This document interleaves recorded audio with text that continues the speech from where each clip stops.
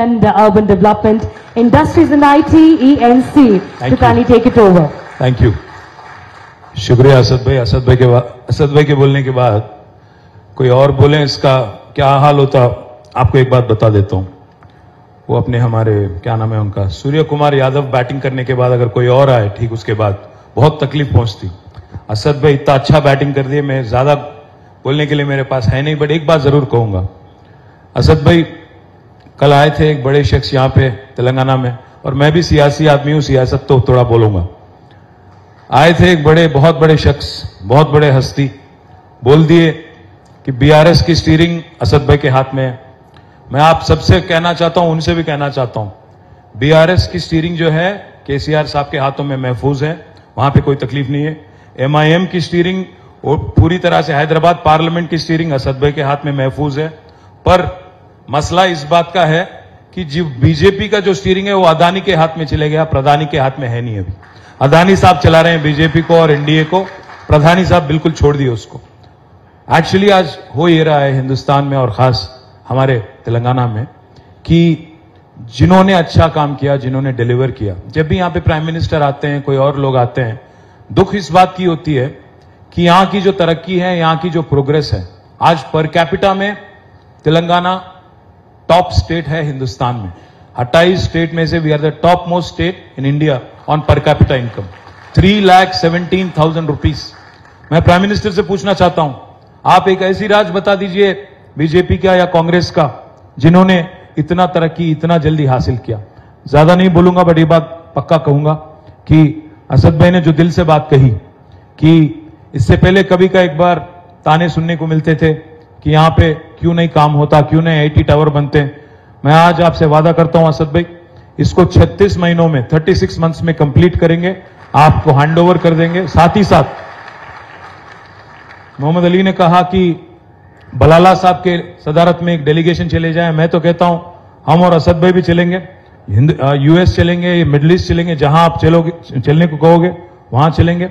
और मैं बात जरूर करूंगा कुछ बड़े कंपनीज का भी, माइक्रोसॉफ्ट हो, डेलॉइट हो, अमेजॉन हो, अडोबी हो, इनसे मैं भी जरूर बात करूंगा पर्सनली। और मैं वादा करता हूं I will get you some brilliant anchor for our Malakpet hitech nucleus park in the next 1 year. मैं विश्वास रखता हूं, इस बात का यकीन है मुझे कि चुन के तो वापस हम ही आएंगे। मुझे कोई इसमें कोई सेकंड ओपिनियन है ही नहीं, क्योंकि हमने काम किया, हमने पिछले 9 साल में काम किया, अमन को बरकरार रखा। और जो हैदराबाद में एक माहौल इससे पहले जो था एक तनाव वाला, वो आज नहीं है। आप एक बार सोचिएगा, कभी एक टाइम होता था हैदराबाद में गणेश चतुर्थी आया, रामनवमी आया, या कोई मिलाद या कोई और इवेंट आया, तो कहीं ना कहीं एक कर्फ्यू लगाने वाली एक माहौल, एक अनरेस्ट पैदा होता था। मैं यही हैदराबाद में ग्रामर स्कूल से मैंने पढ़ा, तो मुझे बहुत अच्छी तरह से याद है 20-25 साल पहले हर साल 7 दिन से लेकर 10 दिन तक छुट्टियां मिलती थी। आजकल बच्चे नाराज हैं हमसे, स्कूल जाने वाले बच्चे, कि उनको आजकल छुट्टियां नहीं मिलती ज्यादा। पर खुश इस बात से हम है कि आज Hyderabad has become a shining example for the rest of the country. आज बाकी हिंदुस्तान आप देखिए, मॉब लिंचिंग कहीं सुनने को मिलते हैं, कहीं और जगह कहीं और सुनने को मिलता है।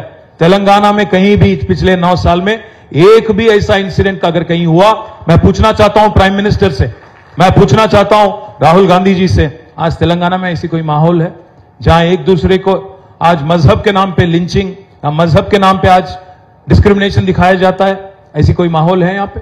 आज हम लोग मिलजुल के, यहां पे गणेश चतुर्थी की, गणेश इमर्शन की टाइम आई थी, तो हमारे मुसलमान भाइयों ने हैदराबाद में मिलाद का जो उनका प्रोसेशन है उसको उन्होंने पोस्टपोन किया और फैसिलिटेट किया गणेश इमर्शन का। यह है हैदराबाद की गंगा जमुना तहजीब। यह मिसाल जो आज तेलंगाना पूरी हिंदुस्तान को दिखा रही है, इसको और आगे ले जाना है, इसको और तेज, जैसा असद भाई ने कहा, तरक्की को भी आगे ले जाना है। मैं बलाला साहब का भी शुक्रिया अदा करता हूं। बलाला साहब तो एकदम हाथ धो के पीछे पड़ गए हमारे कि आपको करना ही करना है और जल्द ही करना है। मुबारकबाद बलाला साहब। मैं उम्मीद करता हूं कि आप, मोहम्मद अली और बाकी हमारे साथी, हमारे TSIC के MD साहब जल्द से जल्द इसका प्रोग्राम का शुरुआत करेंगे और 36 महीनों में, जैसा मैंने कहा, अकॉर्डिंग टू कॉन्ट्रैक्ट ये मुकम्मल भी होगा। इसका पूरा प्रोजेक्ट का अगर एक बार आपको मैं डिटेल दे दूं, 11 एकड़ में करीब 11 एकड़ में प्रोजेक्ट बन रहा है। इसमें 1.5 मिलियन स्क्वायर फुट का यहां पे बिल्डिंग बनेंगी, ऑलमोस्ट 15 लाख स्क्वायर फीट, जिसमें 5.5 लाख तक आपको आईटी स्पेस होगा, बाकी नॉन आईटी होगा। तो इसमें अल्टीमेटली हम उम्मीद करते हैं 20 से लेकर 25,000 बच्चों को यहां पे रोजगार मिलेगा आईटी में। और मैं एक और वादा भी कर रहा हूं, आपने पूछा नहीं फिर भी कर रहा हूं, यहां पे आगे अगर आप देखेंगे एलएनटी का जगह है, उससे आगे आपका मेट्रो का स्टेशन भी ज्यादा दूर नहीं है। जैसा हमने हाईटेक सिटी में बनाया, मेट्रो से लेकर आईटी पार्क तक एक स्काई वॉक भी वहां पे बनाया, यहां पे भी जरूर बनाएंगे। और बच्चों को आने जाने में भी आपको बाय रोड आने की जरूरत नहीं है, आप मेट्रो में आ सकते हैं। और मैं असद भाई से भी वादा करता हूं और ओल्ड सिटी के हमारे भाइयों से भी वादा करता हूं, आज जो आप देख रहे हैं ये ट्रेलर है, पिक्चर अभी बाकी है और काम बाकी है। मूसी का भी काम करना है, मूसी ब्यूटिफिकेशन करना है, साथ ही साथ एक एक्सप्रेसवे बनाना है वेस्टर्न पार्ट ऑफ ओआरआर से लेकर ईस्टर्न पार्ट ऑफ ओआरआर तक 55 किलोमीटर का एक शानदार एक्सप्रेसवे बनाएंगे, अगली टर्म में आप देखेंगे।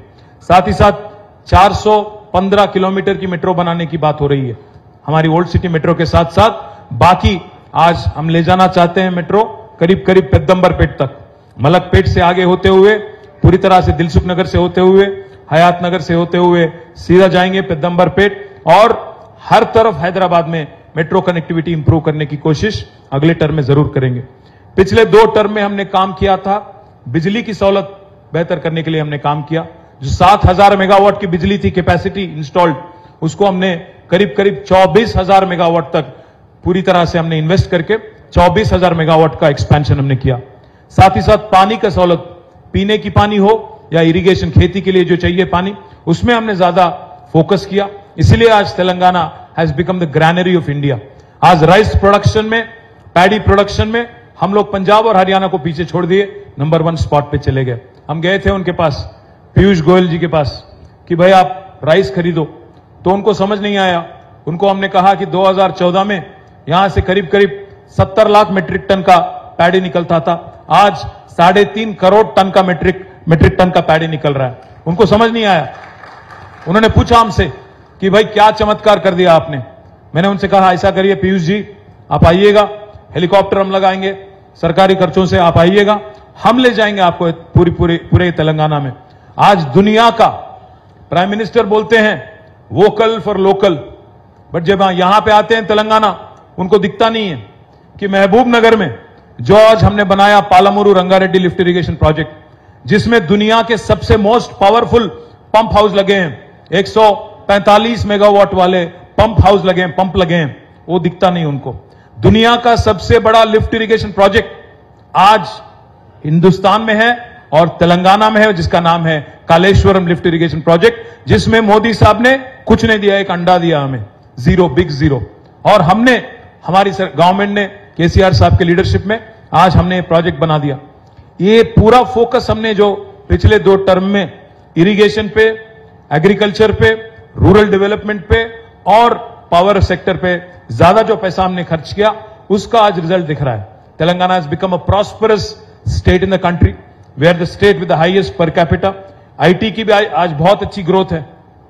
अभी असद भाई कह रहे थे, मैं आप सभी को एक बात बताना चाहता हूं, ये शायद आपको बात सुन के थोड़ा ताजुब भी होगा। पिछले 2 साल, last 2 years, we have crossed Bangalore in technology jobs creation in India. We are now the leader. Last year, 33% of the total technology jobs in India came from Hyderabad. This is not my report, this is NASSCOM report.